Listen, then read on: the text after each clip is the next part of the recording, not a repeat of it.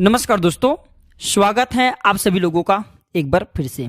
आज का जो वीडियो का विषय है बहुत ही सुंदर है, सूर्य ग्रहण संबंधित संपूर्ण जानकारी इस वीडियो में आप सभी दर्शकों को सीखने को मिलेंगे। 24 अक्टूबर सोमवार को दिवाली है, अर्थात आज दिवाली है और इसके अगले दिन अर्थात 25 अक्टूबर को साल का आखिरी सूर्य ग्रहण है, जो कि आंशिक सूर्य ग्रहण है। और गोवर्धन पूजा कब है ये भी आपको जानना जरूरी है। तो देखिए, हिंदू पंचांग के अनुसार हर वर्ष कार्तिक अमावस्या तिथि पर लक्ष्मी और भगवान गणेश जी की हम पूजन करते हैं और ऐसा माना जाता है इसके अगले दिन हम सब जितने भी हिंदू भाई हैं गोवर्धन पूजा करते हैं। लेकिन इस बार दिवाली के फौरन बाद ही आंशिक सूर्य ग्रहण लग रहे हैं और कई वर्षों बाद दिवाली के दूसरे दिन गोवर्धन पूजा ना होकर के एक दिन का अंतर है। जी हाँ, एक दिन का अंतर है। दिवाली और गोवर्धन पूजा के बीच सूर्य ग्रहण का ऐसा संयोग कई वर्षों बाद पड़ रहा है और एक गणना के अनुसार पिछले 1300 वर्षों बाद सूर्य ग्रहण जो सूर्य ग्रहण इसके प्रमुख दो त्योहार इसके बीच में पड़ रहे हैं। और देखिए, जो सूर्य ग्रहण है बुध, गुरु, शुक्र और शनि सभी अपने अपने राशि में मौजूद रहेंगे और साल का यह आखिरी आंशिक सूर्य ग्रहण भारत के कई हिस्सों में दिखाई देगा। भारत में सूर्य ग्रहण दिखाई देने से इसका सूतक काल भारत में मान्य होगा। बाकी इससे पहले जो सूर्य ग्रहण थे भारत में दिखाई नहीं दिए थे, तो जो इसका जो सूतक काल है भारत में मान्य नहीं था, जिसके कारण जो ग्रहण का पूर्ण रूप से प्रभाव भारत में पड़ेगा। तो इस वीडियो में जानते हैं कि सूतक काल कितने बजे लगेंगे, ग्रहण कितने बजे लगेंगे, सूर्य ग्रहण में हमें क्या करना चाहिए क्या नहीं करना चाहिए, क्योंकि सारे जानकारी अगर आज की वीडियो देखें तब आपको विस्तार से सीखने को मिलेंगे। ग्रहण काल में हम सब कुछ ऐसे गलती कर बैठते हैं जिसके कारण हमारे जीवन भी बर्बाद हो जाती है, तबाह हो जाती है। इसलिए ग्रहण काल में ज्योतिषोचार्य के माने तो कुछ ऐसे कार्य जिसे करने से हमें वर्जित किया गया, उस कार्य को हमें करने से जरूर रुक जाना चाहिए। तो वीडियो को ध्यान से देखना। वीडियो में आगे बढ़ने से पहले संपूर्ण जानकारी बताने से पहले सभी दर्शकों से गुजारिश करना चाहूंगा, आज केवल एक ही वीडियो दे पाऊंगा तो क्षमा चाहूंगा उसके लिए। केवल सूर्य ग्रहण वाला आज की वीडियो दे पाऊंगा। तो अभी तक वीडियो को लाइक नहीं किया तो वीडियो को लाइक कर चैनल को सब्सक्राइब जरूर कर लेना। प्राचीन ज्ञान एक यूट्यूब चैनल नहीं बल्कि आप सभी दर्शकों का परिवार हैं। हम चाहते हैं जितने भी हमारे चैनल में जुड़े लोग हैं सब हमारे दर्शक नहीं बल्कि हमारे परिवार के हिस्से। आप सभी दर्शकों को यूजफुल एवं अच्छे जानकारी देना, सही जानकारी बताना। तो देखिए, जानते हैं सूर्य ग्रहण का सूतक काल कितने बजे लगेंगे। तो भारत में साल का जो ये आखिरी सूर्य ग्रहण है ये 25 अक्टूबर को दोपहर 2:29 से आरंभ हो जाएगा और लगभग 4 घंटे 3 मिनट तक रहेगा। कई ज्योतिषाचार्य ने हमने देखे, कई न्यूज चैनल में ऐसे बता रहे हैं कि सूर्य ग्रहण का अवधि जो है 1 घंटे 5 मिनट के रहेंगे। उनके बातों में मत जाना, 4 घंटे 3 मिनट तक इनका प्रभाव रहेंगे। हालांकि ये सूर्य ग्रहण अब को भारत में 2 घंटे के लिए रहेंगे, लेकिन बाकी जो बाहरी हिस्से वहां पे भी तो कुछ समय पहले ही हो जाएंगे। तो इसलिए इस नाते 4 घंटे 3 मिनट तक रहेंगे। ग्रहण का समापन 6:32 में होगा। ग्रहण के करीब 12 घंटे पहले सूतक काल लग जाता है, तो सूतक काल में किसी भी तरह के मांगलिक और शुभ कार्य नहीं किए जाते, यहां तक कि मंदिर के कपाट भी बंद नहीं होते। चूंकि ग्रहण का सूतक काल 12 घंटे पहले लग जाता है, इसलिए अब जो है ग्रहण काल करीबन मान सकते हैं रात के 2:30 बजे से जो सूतक काल है ये लग जाएंगे। इसके बाद किसी भी तरह के शुभ कार्य आपको रात के 2:30 बजे के बाद नहीं करने, इसलिए अब को गोवर्धन पूजा करने से वंचित रखा गया। 27 साल बाद ऐसा दुर्लभ संयोग बन रहे हैं कि गोवर्धन पूजा अब को दिवाली के दूसरे बाद नहीं बल्कि तीसरे दिन करना पड़ रहा है। चलिए इस वीडियो में जानते हैं कि भारत में कहां कहां दिखाई देगा ये सूर्य ग्रहण, क्योंकि आप सभी दर्शकों को जानना जरूरी है। आप कौन से राज्य से देख रहे हैं आप हमारे वीडियो को कमेंट बॉक्स में जरूर बताइए। तो साल का जो अंतिम सूर्य ग्रहण है ये यूरोप में, नॉर्थ ईस्ट में, अफ्रीका है जो नॉर्थ ईस्ट अफ्रीका यहाँ पे दिखाई देंगे, वेस्ट एशिया में दिखाई देंगे। भारत की बात करें तो साल का अंतिम सूर्य ग्रहण को नई दिल्ली से बहुत आसानी से देख सकते हैं, लगेंगे।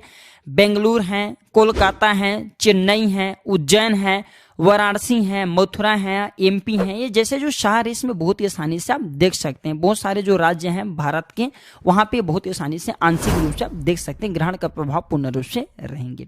सर्वप्रथम इस वीडियो में जानते हैं कि सूर्य ग्रहण के समय हमें क्या नहीं करना चाहिए और क्या करना चाहिए, ये बेहद जरूरी है। अगर ग्रहण काल के समय में अब कुछ ऐसे कार्य जिस कार्य को करने से वंचित रह जाते हैं तो आपको जो है साल भर पछताना पड़ता है, और कुछ ऐसे कार्य अगर जिसे ग्रहण काल के समय में करते हैं तो साल भर आपकी जिंदगी को बर्बाद भी कर सकते हैं, इसलिए आपको जानना जरूरी है। चलिए जानते हैं। देखिए, सूर्य ग्रहण के समय सिर्फ वृद्ध गर्भवती स्त्री और बालक को छोड़कर सभी लोगों को सोना नहीं चाहिए। अगर कोई व्यक्ति ग्रहण के समय में सोते हैं तो ऐसे व्यक्ति को भयंकर बीमारी होता है। इसलिए मैं सारे जानकारी को बता रहा हूं ताकि इन कार्यों को करने से आप वंचित रहें, बच जाएं, आपको आगे चल करके खतरा ना हो। सूर्य ग्रहण के समय कभी भी नहीं सोना चाहिए, क्योंकि जो हमारे सूर्य नारायण भगवान सूर्यदेव कहे गए हैं ऊर्जा का प्रतीक हैं, और उस समय ग्रहण लगते हैं तो हमारे शरीर में ऊर्जा की जगह में नकारात्मक ऊर्जा प्रवेश कर जाते हैं। जो व्यक्ति सोते हैं ऐसे व्यक्ति फिर जीवन में सोते ही रह जाते हैं। कहने का मतलब है कि ऐसे व्यक्ति फिर अध्यात्म उन्नति नहीं हो पाते, रोगग्रस्त हो जाते हैं, कई प्रकार के असाध्य बीमारी होते हैं। इसलिए ग्रहण के समय में सोना नहीं चाहिए। खाने पीने से भी बचना चाहिए। अगर आप खाने पीने से नहीं बचना चाहते हैं, जैसे कि बहुत से लोगों को काफी भूख लगती है, तो एक काम करना, ग्रहण के समय में मत खाना। आंशिक जो ग्रहण लगेंगे, आंशिक जो सूता काल लग जाएंगे, उसके बाद आप एक काम करना, सूता काल के समय में आप जो तुलसी के पत्ते डाल करके भोजन कर सकते हैं। अगर आप जो है काफी भूख वाले व्यक्ति हैं, बर्दाश्त नहीं कर पाते खाने, तो तुलसी के पत्ती गंगा जल छिड़ा करके खा सकते, इसमें दोष नहीं है। गर्भवती स्त्री को विशेष रूप से ग्रहण के समय में एक ही स्थान पे बैठे रहना चाहिए, आपको इधर उधर नहीं घूमना चाहिए। साथ ही साथ जो व्यक्ति चाहते हैं कि ग्रहण के उनके ऊपर में कोई प्रभाव ना पड़े, तो बैठ करके हनुमान चालीसा का पाठ कर सकते हैं। इससे ग्रहण के जो असर होते हैं समाप्त हो जाते हैं, क्योंकि हनुमान जी महाराज ही एक ऐसा देवता है, एक ऐसे भगवान कहे गए हैं जो कि राहु के प्रभाव को तीव्र रूप से समाप्त करने वाला कहे गए हैं। रोगी को किसी भी प्रकार से आपको परेशान नहीं होना है, आपको जो है औषधि ले सकते हैं, भोजन कर सकते हैं, इसमें संदेह नहीं। क्योंकि देखिए, जो रोगी रहते हैं इनके लिए कोई नियम निर्धारित नहीं है, अगर नियम में चले तो इनके जान भी जा सकते हैं। इसलिए आप औषधि के साथ साथ जो तुलसी के पत्ते डाल करके भोजन कर सकते हैं। देखिए, आप जो है पहले से घर में अन्न बना करके रखे हैं, तो एक काम जरूर करना, उस अन्न में तुलसी के पत्ते थोड़ा सा गंगा जल डाल करके रख देना। ग्रहण काल के बाद में इस प्रकार के अन्न को खाना नहीं चाहिए, बल्कि इस प्रकार के अन्न को विसर्जित कर देना चाहिए। लेकिन अगर आप जो सूतक काल के बाद खाना बनाना चाहते हैं, खाना खाना चाहते हैं, तो जो अन्न पका करके रखें उसमें तुलसी के पत्ते डाल करके गंगा जल डाल करके खा सकते हैं। लेकिन ग्रहण के बाद में अगर आपने अन्न पका करके रखे हैं, तो उस प्रकार के अन्न को नहीं खाना चाहिए। इस प्रकार के अन्न हमारे लिए बर्बादी के कारण लेकर के आते हैं, हमारे जीवन में तबाह लेकर के आते हैं। तो एक काम जरूर करना, इस प्रकार के अन्न को आपको जल में विसर्जित कर देना चाहिए, बहा देना चाहिए। जिन लोगों को विशेष तौर पर तंत्र साधना करनी होती है, उनके लिए बहुत ही सुंदर अवसर होता है। ऐसे लोगों को गुरु के द्वारा दिए हुए मंत्रों के जाप जरूर करना चाहिए। सूर्य ग्रहण को देखिए, ध्यान से सुनना, सूर्य ग्रहण को जो भगवान सूर्य ग्रहण के समय में सूर्य पूजा नहीं करना चाहिए। आप एक काम जरूर करना, सूर्य ग्रहण के समय में जैसे कि महामृत्युंजय मंत्र है, अगर आप इनका जाप करते हैं तो आपको महामृत्युंजय मंत्र सिद्ध हो जाते हैं।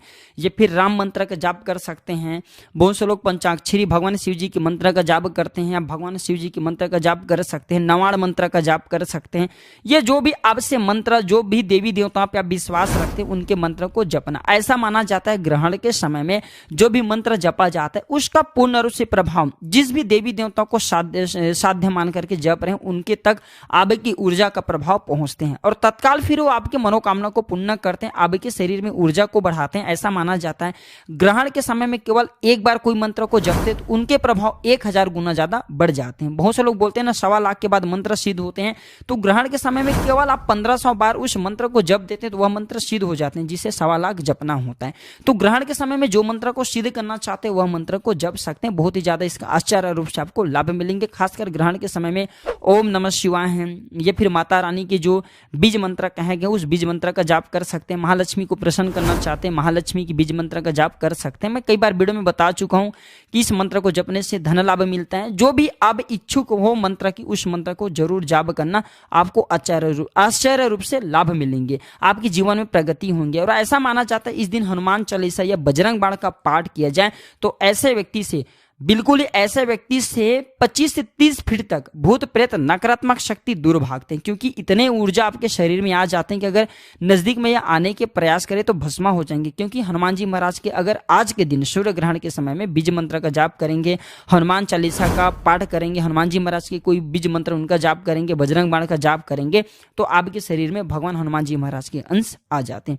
तो तंत्र विद्या करने के लिए सबसे अच्छा समय होता है। अब जानते हैं ग्रहण काल में क्या ना करें। मैं जबरदस्त जानकारी बता रहा हूं।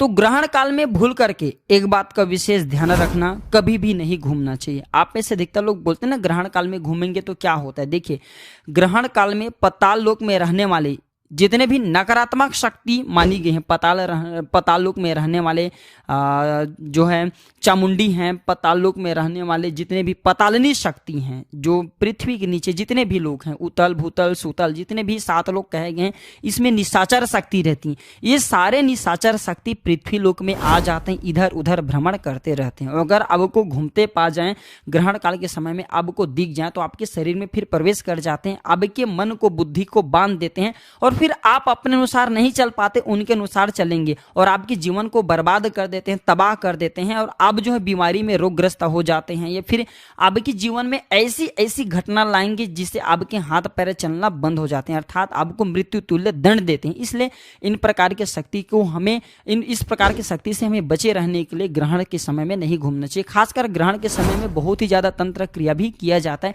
इसलिए ग्रहण के समय में भूल करके नहीं घूमना चाहिए। मैं छोटे छोटे इसलिए जानकारी बता रहा हूं क्योंकि आसुरी शक्ति ग्रहण काल के समय में ज्यादा विद्यमान रहती है, ज्यादा पावरफुल हो जाती है, क्योंकि प्रकाश के देवता सूर्यदेव को कहे गए हैं, इन्हीं से संसार में समस्त ऊर्जा का संचार होता है, ऊर्जा का प्रत्येक मनुष्य में प्रवाह होता है और ग्रहण काल के समय में ऊर्जा का प्रवाह रुक जाता है। इसलिए जो काली शक्ति हैं, जो निशाचरी शक्ति कहे गए हैं, पाताल लोक की शक्ति कहे गए हैं, जितने भी काली शक्ति सारे ऊर्जा अवस्था में हो जाती हैं। तो इस समय हमें कौन बचाएंगे? तो हनुमान जी महाराज बचाते हैं। इसलिए जितना ज्यादा हो सके सुंदर कंठ है, बजरंग बाण है, हनुमान चालीसा, इनके पाठ करना चाहिए। ऐसा माना जाता है जिस घर में ग्रहण काल के समय में बजरंग बाण का पाठ होता है, हनुमान चालीसा का पाठ होता है, हनुमान जी महाराज या फिर राम जी का जाप किया जाता है, राम मंत्रों का जाप किया जाता है या फिर गायत्री मंत्र का जाप किया जाता है, वहां पे फिर ग्रहण के प्रभाव समाप्त हो जाते हैं। उस घर में कदापि ग्रहण का प्रभाव नहीं पड़ते। आप चाहते हैं तो घर में छोटे छोटे गोबर का टीके लगा सकते हैं। ऐसा माना जाता है गोबर का टीके या फिर गोमूत्र का टीके घर में लगाने से, संपूर्ण घर के हिस्से में लगाइए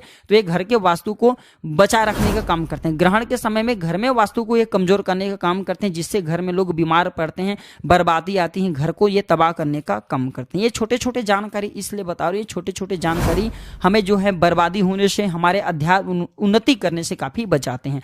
तो ग्रहण से बचे रहना चाहते हैं गायत्री मंत्र का जाप करें। ग्रहण के प्रभाव से बचे रहना चाहते हैं, फिर ग्रहण जो है अब देखिए, जो ग्रहण है तुला राशि में लग रहे हैं, परेशान नहीं होना है। तुला राशि वाले लोगों को क्या करना चाहिए?